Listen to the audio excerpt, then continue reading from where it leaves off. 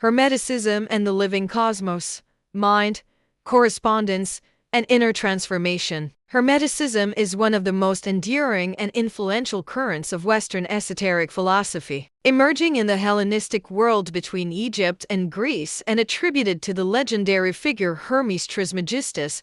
Hermeticism presents a vision of reality that radically differs from modern materialism. At its core lies the conviction that the universe is not a dead mechanism but a living, intelligible, and fundamentally mental reality. The most famous Hermetic principle, as above, so below, expresses the doctrine of correspondence between the macrocosm and the microcosm. According to this view, the structure of the cosmos is mirrored within the human being. The stars, elements, and celestial orders correspond to faculties of the soul and stages of consciousness. Humanity is therefore not a passive product of nature but a reflective image of the universe itself. To know oneself is, in a profound sense, to know the cosmos. Closely linked to this idea is the principle of mentalism, which asserts that all is mind. Hermetic thought does not deny the existence of matter, but it understands matter as a condensation of intelligible principles. Form,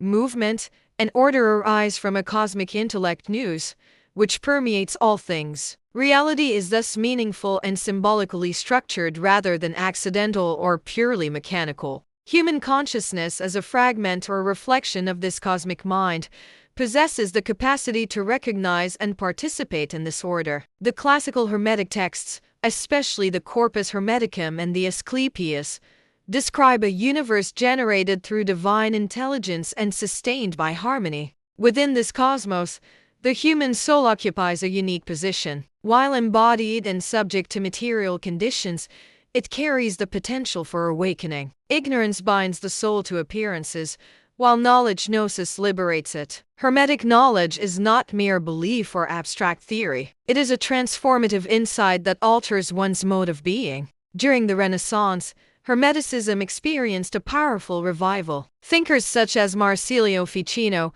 Giovanni Pico della Mirandola, and Giordano Bruno embraced Hermetic ideas as a foundation for a new understanding of humanity. The human being was no longer seen as a fallen creature awaiting salvation from outside, but as a creative intermediary between the divine and the material realms. Magic and astrology, in this context, were not superstitions but sciences of hidden correspondences and natural sympathies. Alchemy represents another crucial expression of Hermetic philosophy. Though often misunderstood as an attempt to transmute base metals into gold, alchemy primarily symbolizes inner transformation. The purification of matter mirrors the refinement of consciousness. Lead represents ignorance and fragmentation. Gold signifies integration, clarity, and awakened intellect. Ultimately, Hermeticism proposes a path of inner awakening rather than external obedience. It invites the seeker to perceive the world as a meaningful reflection of mind and to participate consciously in its unfolding.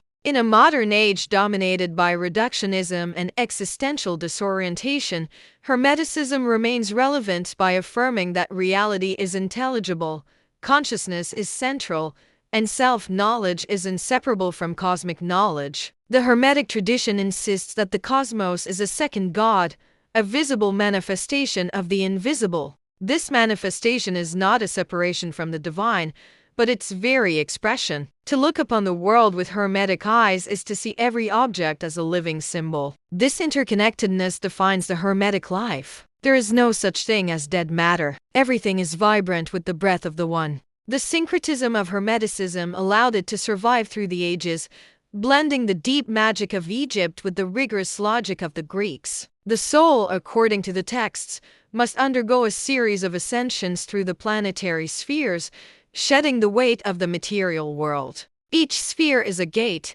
and each gate requires a specific knowledge and gnosis of the self's own limitations and strengths. This is the great work, the magnum opus. It is the labor of a lifetime to align the individual will with the cosmic law. The legendary Emerald Tablet, the most cryptic of all Hermetic writings, summarizes this entire philosophy in a few powerful lines. It speaks of the Father as the Sun and the Mother as the Moon, describing the birth of the philosopher's stone as a union of opposites. In this union, the duality of the world is resolved. The seeker realizes that the creator and the creation are, at their root, the same. Even today, as we peer into the quantum realm, the Hermetic intuition of a mental universe finds strange and unexpected echoes in modern physics. If the universe is a mind, then every thought we have, and every action we take, resonates throughout the entire structure. Responsibility, therefore, is a key Hermetic virtue. We are not just inhabitants of the world, we are its co-creators.